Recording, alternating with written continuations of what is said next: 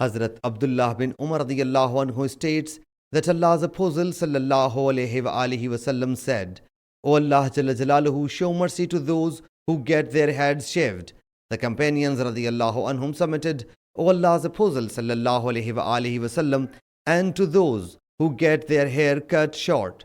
He sallallahu alayhi wasallam said, O Allah Jalla Jalaluhu, show mercy to those who get their heads shaved. The companions radiyallahu anhum submitted, O Allah's Apostle sallallahu alayhi wasallam, and to those who get their hair cut short.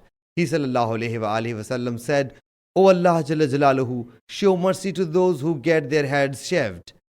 The companions radiyallahu anhum submitted, O Allah's Apostle sallallahu alayhi wasallam, and to those who get their hair trimmed.